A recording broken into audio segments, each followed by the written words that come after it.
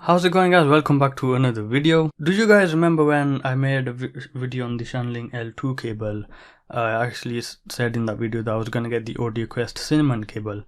Well, today I have the Cinnamon cable and I'm gonna review it. Let's start with the unboxing. Now, if you also remember back when I bought the AudioQuest Dragonfly Black 1.5, that came in the same kind of packaging. So here's the package. Look, it's pretty much exactly the same box. It's got that leaflet kind of thing that opens up and you can see the insides and stuff. It's basically the same thing.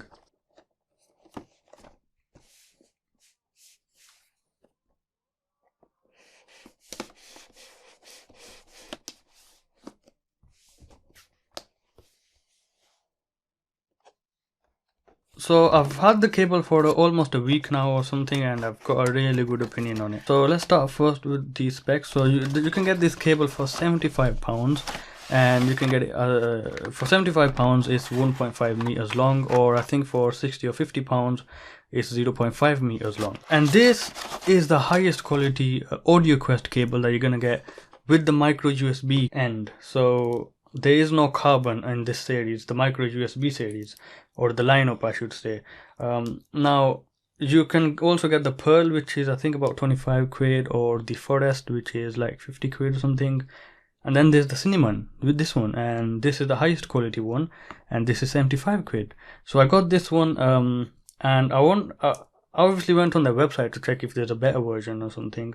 And then there's the carbon version after this one. So carbon, and then cinnamon cable, and then the carbon cable. Now the difference between carbon and cinnamon cable is a little, the difference in terms of material is huge. I think in carbon cables they're using a completely silver, like they're using a lot of silver in there, whereas in the cinnamon cable it's only 1.25% silver conductors, and that's basically just 1.25%. Yeah, that's not a lot. Well, on paper it's not a lot, but it's a lot more than the Pearl and the Forest cable. I think at least I think it's long, because the difference between the Pearl to the Forest cable is like big, and then from the Forest to the Cinnamon cable it's the same amount, so it's kind of big. You can hear the difference. But from the Cinnamon to the carbon cable, it's not that big of a difference. There is a difference, but it's almost exactly the same, just a little bit. So if you're gonna get a carbon cable, you can't get it in the micro USB lineup. This is the best one they have. But if you are gonna get one, then compared to the Cinnamon lineup or something, it's gonna be a very little difference. Or that's what I've heard, and I'm a lot more picky. If I was to get the carbon cable, I would probably hear a huge difference, but I'm not sure. I really do like it. It feels like lizard skin. It's really tough, and it doesn't like to be bent for some weird reason. That's one thing I don't like about it, but I guess you have to kind of expect this, because so this is how it comes in the box. Like I left it pretty much the way it is, as much as possible, and it doesn't like to be turned into different shapes. It likes to stick to that format, so I've just kind of left it like that. This camera angle is a weird one, but it's really nice. I tried to keep it just the way it came, because I'm not sure if that degrades the quality and stuff. But if you do bend it, like this end over here is a little bit more straightened up now, as you can see. That's because I had it plugged into the Mojo, and it's now like this, so it's never gonna like budge out into a different shape. Basically it's a bit like paper clips. So if you move the bit, it's gonna stick to that bit, so it's gonna like change the shape that way, but it doesn't like do it on its own. So when you're using this with the Raspberry Pi, watching movies, it actually pulls the whole thing along, because it's such a stiff cable, which is a good thing. I mean it's a bad thing because I don't like the Pi moving, but the good thing is it's higher quality. We'll get to the sound quality later on. People say this is a thick cable. Well, actually it's not. I've got the other cable. Okay, compared to your typical cable that you get from local retailer just for a smartphone charger, this is a thick cable. If you look at it that way, let's zoom in over here. As you can see, the thickness in the cable is almost twice as thick as compared to a typical charger's cable or something that you would find. But if you actually look at your own cable, like if you got one of these random cables lying around, pick that up.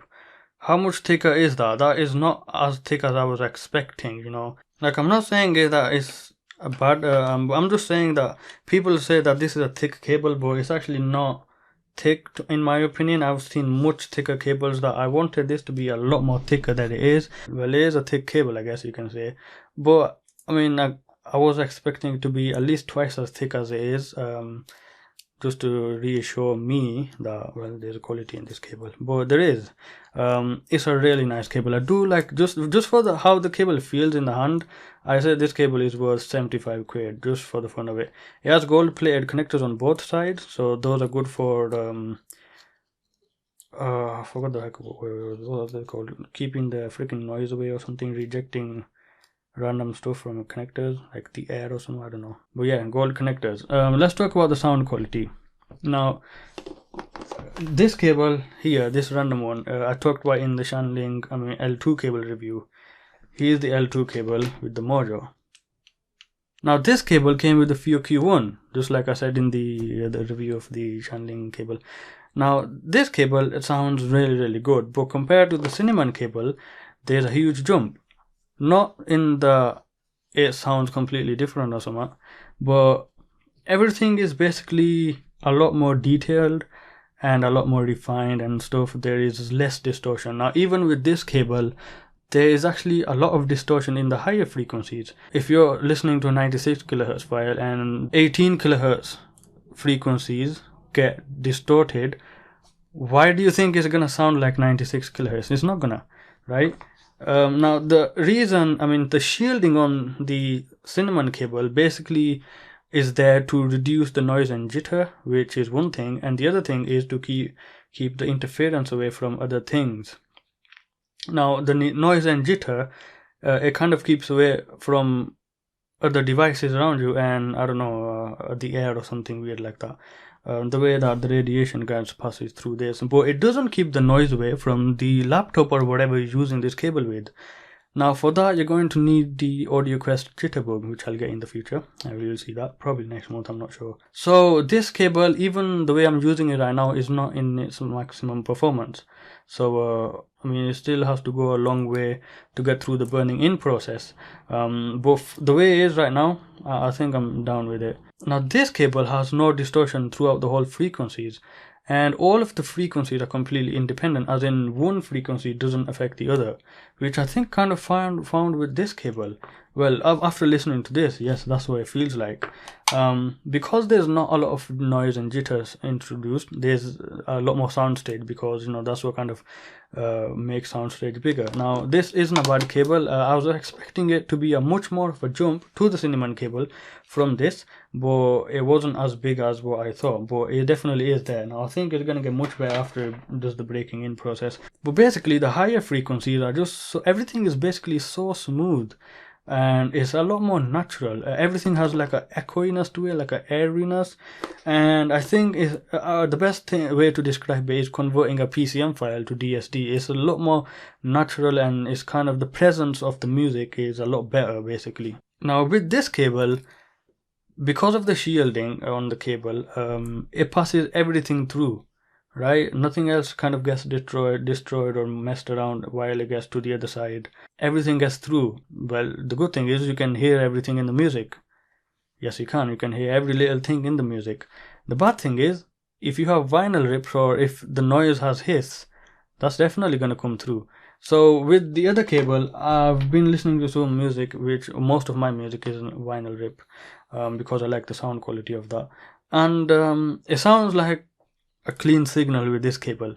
Now with this cable, you can hear all the noise and hiss as well, which to me isn't a bad thing. I'm fine with that. As long as I can hear the music in that kind of quality, it's fine. And besides, if when the music comes up, it just goes away. That's one thing. Now that basically means this cable, when the data is going through it, it's actually getting destroyed. But when it gets to the other side, if you can't hear that, then it's basically not there anymore. With this cable, it's there. So it's even though it's a bit longer, I think it is longer. You can hear a lot more with the echoiness and all these little nuances in the music. You can hear that because it gets to the other side. So that is definitely an improvement. I do like that. You have to get used to it. I think it is kind of subsided a little bit. At first there was a lot more because I think it's just a breaking in process, but as it's broken in a little bit, just a little bit, I almost spent 100 hours with it. it's gone a lot better. And I think this is a really nice cable. It's definitely recommended. Pretty much got nothing else to say. I don't know how many of you know, but timing is probably the most important thing when it comes to music, and this is good for that because it's a time-based damage, which is jitter. To this information with the package makes a small and flat increase and whatever.